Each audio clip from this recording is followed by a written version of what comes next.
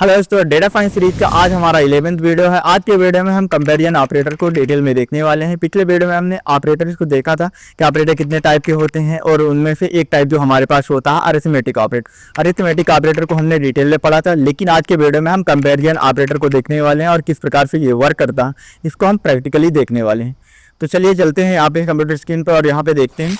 तो यहाँ पे हमारे पास जो कंपैरिजन ऑपरेटर होता है, जैसे कि मैथ की भाषा में अगर आप इक्वल देखते हैं, जैसे 5 = 5 हमारे पास हो जाता है, तो वहाँ पे हम सिंगल इक्वल लगा दें। तो अगर दोनों नंबर बराबर हो जाते तो हम उसको बोल देते हैं कि हाँ दोनों नंबर सेम है या दोनों नंबर बराबर है। लेकिन अगर यहाँ पे हम पाइथन में देखें तो पाइथन में हमारे पास डबल इक्वल का एक फाइन होता है। अगर डबल इक्वल लगा देते हैं तो इसका मतलब होता है कि जैसे 5 है और 5 है, दोनों नंबर इक्वल हो जाते हैं। तो पाइथन में अगर देखा जाए तो अगर दोनों को इक्वल बताना तो वहाँ पे डबल इक्वल फाइन का उपयोग करते हैं, डबल इक्वल फाइन का उपयोग करते हैं। उसी के बाद हमारे पास एक आता है नॉट इक्वल टू। मतलब अगर हमारे पास कोई दो नंबर दे दिए जाए, दोनों नंबर अगर दोनों बराबर नहीं है तो वहाँ पे हम क्या लगाते हैं, नॉट इक्वल टू। यहाँ पे एक्सक्लेमेशन मार्क होता है और उसके बाद इक्वल लगाते हैं। तो ये हमारे पास नॉट इक्वल होता है। उसके बाद ग्रेटर देन होता है। ग्रेटर देन आपने पढ़ाई होगा मैथ में। और लिस्ट देन हो जाता है। फिर हमारे पास लास्टली आ जाता है ग्रेटर देन और इक्वल, मतलब जो बड़ा भी होना चाहिए और उसकी इक्वल भी होना चाहिए। जैसे कि 6 हमारे पास नंबर हो जाता है, तो अगर 6 से ये वाला नंबर जो बड़ा हो जाता है तो हमारे ट्रू दे देंगे, और अगर 6 और 6 इक्वल टू दोनों बराबर हो जाए तो अब भी हमारे पास ट्रू आ जाता है। उसी प्रकार से लेस देन भी वर्क करता है। तो हम इनको प्रैक्टिकली देखने वाले हैं। तो चलिए यहाँ पे चलते हैं जुपिटर नोटबुक पर और इसको यहाँ पे हम कंपैरिजन ऑपरेटर की एक यहाँ पे हेडिंग लगा लेते हैं। अब देखते हैं। तो सबसे पहले हम इक्वल टू फाइन को देखने वाले हैं। तो यहाँ पे हम क्या करेंगे, नम नाम का एक वेरिएबल बनाते हैं जिसके अंदर हम दो नंबर को लेते हैं। या तो हम 9 ले लेते हैं, num1 नाम से दूसरा एक वेरिएबल बनाते हैं जिसके अंदर हम ले लेते हैं 8। अब दोनों को हम क्या कर रहे हैं, चेक कर रहे हैं दोनों इक्वल है या नहीं। तो यहाँ पे हम प्रिंट फंक्शन को यहाँ पे यूज करेंगे और उसके बाद यहाँ पे हम num इक्वल टू इक्वल यहाँ पे और 1, और इनको दोनों को रन करें तो हमारे पास यहाँ पे हाल्फ आएगा। हाल्फ क्यों आया, क्योंकि यहाँ पे हमने जो नंबर num1 दिया था, num1 के अंदर 8 दिया था और num वेरिएबल के अंदर हमने क्या दिया था, num9 दिया था यहाँ पे। तो ये दोनों इक्वल नहीं है, इसलिए यहाँ पे हमारे पास फॉल्स आ गया। अगर यहाँ पे हम कर देते हैं, इसको 8 कर देते हैं और उसके बाद इसको रन करेंगे तो हमारे पास यहाँ पे ट्रू आ जाएगा। आप इसको इनपुट फंक्शन की मदद से भी यूज कर सकते हैं। तो यहाँ पे हम क्या करेंगे, एक इनपुट फंक्शन लेते हैं। तो num1 नाम के एक वेरिएबल बनाते हैं और इसके अंदर है int, और इसके अंदर इनपुट फंक्शन को हम ले रहे हैं।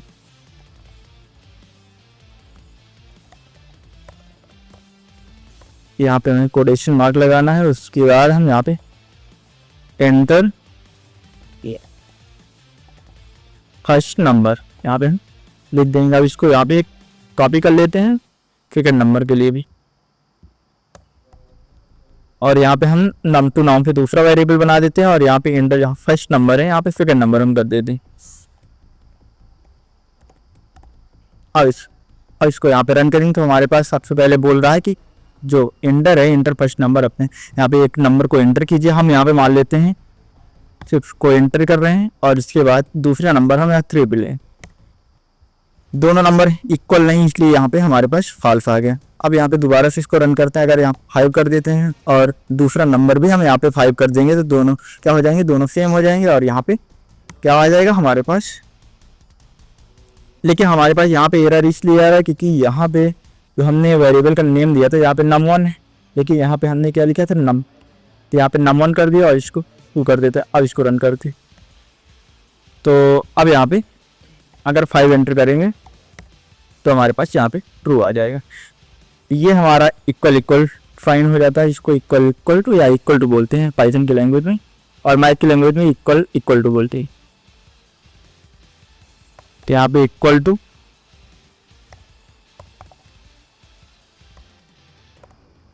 इसको कमेंट कर देते। अब देख लेते हैं हमारे पास नॉट इक्वल टू एक फाइन होता है। यहाँ पे नॉट इक्वल टू, जिसको हम पहले लगाते हैं एक्सक्लेमेशन मार्क, तो उसके बाद अब ये क्या काम करते हैं। तो नॉट इक्वल टू मतलब होता है कोई एक नंबर दिया हुआ और दूसरा एक नंबर दिया हुआ, दोनों नंबर इक्वल ना हो एक दूसरे की, तभी वहाँ पे हमारे पास ट्रू आता है। जैसे कि मान लेते 5 दे दिए हैं और 7 दे, दोनों इक्वल नहीं है तो वहाँ पे हमारे पास ट्रू आ जाएगा।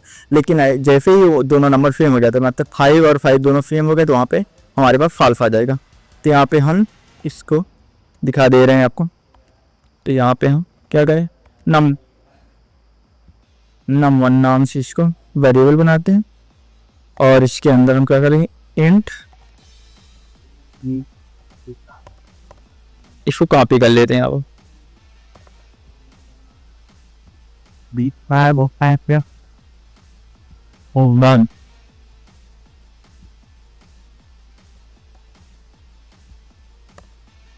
यहाँ पे num2 नाम से वेरिएबल बना देते हैं और इसके बाद यहाँ पे पेस्ट कर देते हैं।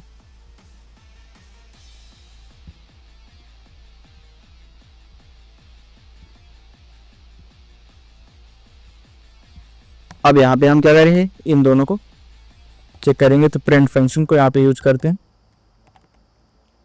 और इसके बाद यहाँ पे हम num1 not equal to fine लगाएंगे यहाँ पे और उसके बाद num2 यहाँ पे लिख देंगे। अब दोनों को रन करेंगे तो हमसे तभी पहले मांग रहा है कि फर्स्ट नंबर यहाँ पे एंटर करो, तो हम यहाँ पे 4 ले लेते हैं फर्स्ट नंबर, सेकंड नंबर का 3 ले लेते हैं।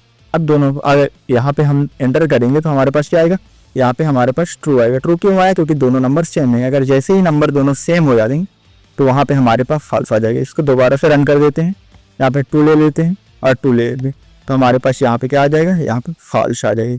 फॉल्स क्यों आया, क्योंकि यहाँ पे हमने क्या किया, दोनों नंबर को सेम कर दिया और यहाँ पे जो नॉट इक्वल टू फाइन होता है वो दोनों नंबर को अगर सेम होता है तो फॉल्स बता देता है, अगर दोनों नंबर डिफरेंट होंगे तो वहाँ पे हमारे पास ट्रू आ जाता है। तो हमने देख लिया इक्वल टू फाइन किस प्रकार से वर्क करता है, फिर देख लिया नॉट इक्वल टू। अब देख लेते हैं ग्रेटर देन। तो यहाँ पे एक कमेंट लगा देते हैं, ग्रेटर देन।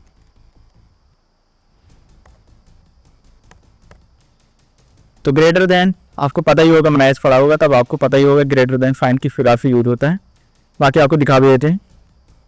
तो यहाँ पे हम दूसरा एक नम नाम का वेरिएबल बनाते हैं और इसके अंदर हम 4 लेते हैं। num2 नाम से एक वेरिएबल बनाते हैं और इसके अंदर हम 6 ले लेते हैं और इसको हम चेक करेंगे। तो यहाँ पे प्रिंट फंक्शन को यहाँ पे यूज करेंगे, नम ग्रेटर देन का फाइन यहाँ पे लगाएंगे और उसके बाद num1 वेरिएबल। तो हम यहाँ पे क्या कर रहे हैं, नम से एक वेरिएबल बनाया जिसके अंदर हमने क्या किया, 4 वैल्यू को स्टोर किया। दूसरी बार क्या किया, दूसरी num1 से दूसरा एक वेरिएबल बनाया और उसके अंदर हमने क्या किया, 6 वैल्यू को यहाँ पे स्टोर किया। अब यहाँ पे हम चेक कर रहे हैं कि जो नम नाम से वेरिएबल हमने बनाया था वो क्या num1 से बड़ा है कि छोटा है। अगर बड़ा होगा तो यहाँ पे हमारे पास ट्रू आ जाएगा, अगर छोटा होगा तो यहाँ पे हमारे पास फॉल्स आ जाएगा। तो इसको यहाँ पे रन करें तो हमारे पास जो num1 नम वेरिएबल के अंदर 4 वैल्यू को असाइन किया था वो num1 से छोटा है, तो यहाँ पे हमारे इसलिए यहाँ पे फॉल्स आ गया। यहाँ पे अगर 4 को हम यहाँ पे 7 कर देते तो हमारे पास क्या आ जाएगा, ट्रू आ जाएगा। लेकिन अगर 6 कर देंगे तो भी हमारे पास फॉल्स आएगा। यहाँ पे इक्वल नहीं लगा क्योंकि हमारे पास केवल ग्रेटर बताएगा, ना कि इक्वल बताएगा कि मतलब दोनों अगर सेम हो जाते हैं तो वहाँ पे हमारे पास ट्रू आना चाहिए। यहाँ पे केवल अगर बड़ा है तभी ट्रू आएगा, अगर उससे छोटा या सेम हो जाते हैं तो वहाँ पे फॉल्स ही आएगा। यहाँ पे 7 करेंगे तो हमारे पास ट्रू आ जाएगा। तो ये ग्रेटर देन का फाइन इस प्रकार से वर्क करता है। और इसको यहाँ पे कॉपी कर लेते हैं, आपको लेस देन भी यहाँ पे दिखा देते हैं।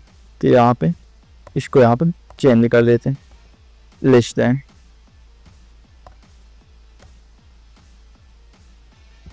अब देखो यहाँ पे हम वैल्यू दूसरे ले लेते हैं, यहाँ पे मान लेते हैं 9 ले लेते हैं, यहाँ पे 6 ले लेते हैं। अब यहाँ पे हमने नम नाम से एक वेरिएबल बनाया जिसके अंदर हमने क्या किया, 9 को स्टोर किया। उसके बाद num1 से एक वेरिएबल बनाया जिसके अंदर हमने 6 को स्टोर किया। अब यहाँ पे हम लेस देन इसको चेक कर रहे हैं तो यहाँ पे लेस देन का फाइन लगाएंगे। अब यहाँ पे हो गया रहा है कि जो नम वाली 1 की वैल्यू है ये नम से बड़ा ही होनी चाहिए, मतलब जो नम वाली वैल्यू num1 में हमने 6 स्टोर किया जो 6 है, अगर ये नम से बड़ा मतलब 9 से बड़ा है तो क्या होगा, तो हमारे पास ट्रू आएगा। लेकिन अगर यहाँ पे उससे छोटा है तो क्या हो जाएगा, तो वहाँ पे हमारे पास फॉल्स आएगा। यहाँ पे हमारे पास 6 जो वैल्यू है 9 से छोटी है तो इसलिए यहाँ पे हमारे पास फॉल्स आएगा।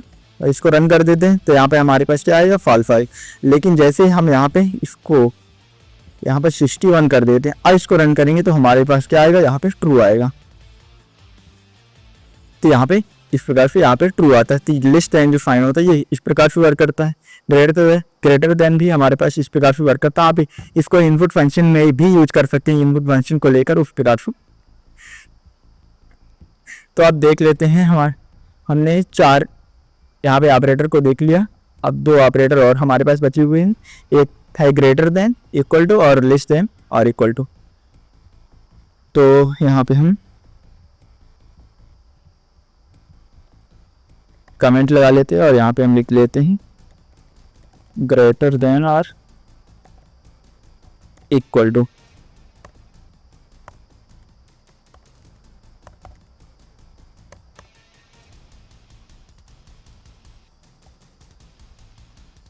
अब यहाँ पे हम दूसरा एक वेरिएबल बनाते हैं num1 से और इसके अंदर हम 45 वैल्यू को यहाँ पे असाइन कर दें। दूसरी एक और वेरिएबल बनाते हैं num2 नाम से और इसके अंदर हम 67 वैल्यू को असाइन कर। अब यहाँ पे हम दोनों को चेक करेंगे num और इसके अंदर हम क्या करेंगे num1 लिखेंगे और यहाँ पे ग्रेटर देन और इक्वल साइन का यूज करेंगे num2। अब यहाँ पे देखो हो गया रहा कि जो num1 नाम से हमने वेरिएबल बनाया जिसके अंदर हमने 45 वैल्यू को असाइन किया और दूसरा हमने क्या किया num2 नाम से एक वेरिएबल बनाया जिसके अंदर हमने 67 वैल्यू को यहाँ पे असाइन किया।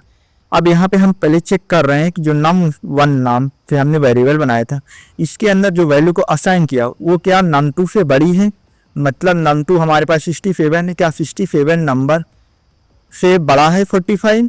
यहाँ पे हम चेक करें या तो बड़ा होना चाहिए या तो उसके इक्वल होना चाहिए। तो हम यहाँ पे चेक कर रहे हैं, अगर हम इसको रन करेंगे तो हमारे पास फॉल्स आएगा क्योंकि num2 नाम का वेरिएबल है इसके अंदर 67 वैल्यू जो कि 45 से बड़ी है, तो यहाँ पे इसलिए फॉल्स आ रहा है। अगर num1 की जो वैल्यू है इससे बड़ी हो जाए 45 को अगर हम 450 मतलब 450 कर देते हैं तो अब हमारे पास ट्रू आएगा क्योंकि जो num2 से बड़ी वैल्यू हमारे पास num1 वाली है। यहाँ पे हम इसको रन करेंगे तो हमारे पास यहाँ पे ट्रू आएगा। अगर इसको इक्वल भी कर देते हैं तब भी हमारे पास क्या आएगा, यहाँ पे ट्रू आएगा। ये हमारा ग्रेटर देन और इक्वल टू ऑपरेटर इस प्रकार से वर्क करता है। अब लास्टली एक देख लेते हैं, यहाँ पे हमारे पास लेस देन, तो यहाँ पे हम इसको चेंज कर देते हैं।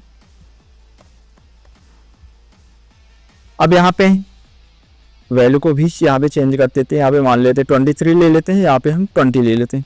हमने क्या किया num1 नाम से एक वेरिएबल बनाया जिसके अंदर हमने 23 को वैल्यू को लिया और उसके बाद हमने num2 नाम से दूसरा एक वेरिएबल बनाया जिसके अंदर हमने 20 को वैल्यू को असाइन किया। अब यहाँ पे हम क्या चेक कर रहे हैं कि मतलब जो num1 नाम से वेरिएबल बनाए थे वो हमारे क्या होना चाहिए, यहाँ पे पहले साइन चेंज कर लेते हैं। तो यहाँ पे हमने क्या लेस देन इक्वल टू का साइन लगा दिया और जो हमारे पास num2 होना चाहिए num2 नंबर वो हमारा num1 से बड़ा होना चाहिए या तो उसके इक्वल होना चाहिए, क्योंकि यहाँ पे हमने क्या किया जिधर साइड मुंह खुला होता है उधर साइड बड़े का साइन होता है। तो यहाँ पे क्या हो जाएगा num2 है, num2 हमारा नंबर num1 से बड़ा होना चाहिए या तो उसके बराबर होना चाहिए, तभी हमारे पास क्या आएगा, तभी हमारे पास ट्रू आएगा। लेकिन यहाँ पे क्या हो रहा है, यहाँ पे जो num1 है वो बड़ा है, num1 मतलब यहाँ पे जो num1 है ये हमारा 23 है, num2 हमारा 20 है। तो num2 हमारा क्या है वैल्यू num1 पे छोटी है, तो इसलिए यहाँ पे क्या आएगा फॉल्स आएगा। अभी इसको हम रन करेंगे तो हमारे पास यहाँ पे फॉल्स आएगा। लेकिन अगर यहाँ पे हम इसको 25 कर देते हैं, अब इसको रन करेंगे क्योंकि अब हमारे पास जो num2 है इसके अंदर जो वैल्यू है वो हमारे पास 25 हो चुकी है। अब ये num1 से बड़ी है तो इसलिए हमारे पास यहाँ पे क्या आएगा ट्रू आएगा। या फिर इसको हम यहाँ पे सेम कर देते हैं तब भी हमारे पास ट्रू आएगा। यहाँ पे हमने इसको सेम भी कर दिया तब भी हमारे पास ट्रू आएगा। इस प्रकार से ये सारे ऑपरेटर वर्क करते हैं। इन सभी ऑपरेटर्स तो हम कंपैरिजन ऑपरेटर करते हैं। ये आगे आने वाले वीडियो में आपको समझ में आएगा किस प्रकार से वर्क करते हैं। इनका बहुत ही यूज होता है जब आप इफ एल्स कंडीशन या कंट्रोल फ्लो स्टेटमेंट का यूज करते हैं। जब ज़्यादातर वही मोस्टली हमारा यूज होता है कंडीशन स्टेटमेंट होते हैं, जैसे कि मान लेते हैं कि आपकी एज हमको डिफाइन करनी, किसी व्यक्ति को वोट देना है या नहीं देना। तो वहाँ पे जैसे मान लेते हैं कि 18 से नीचे अगर आप हैं तो आप चाइल्ड है, तो वहाँ पे बच्चे को बता देते हैं कि आप अभी चाइल्ड हो, आप अभी वोट नहीं दे सकते। तो वहाँ पे इफ एल्स कंडीशन लगती है और उसके ऊपर है तो आप वोट दे सकते हैं। तो वहाँ पे क्या लगता है, ये कंट्रोल फ्लो स्टेटमेंट लगता है। तो वहाँ पे ये सारे ऑपरेटर्स का बहुत ही यूज होता है। तो आगे आने वाले वीडियो में आपको समझाया जाएगा। अभी आप इन ऑपरेटर को प्रैक्टिस कीजिए। तो मिलते हैं नेक्स्ट वीडियो में, तब तक के लिए बाय बाय।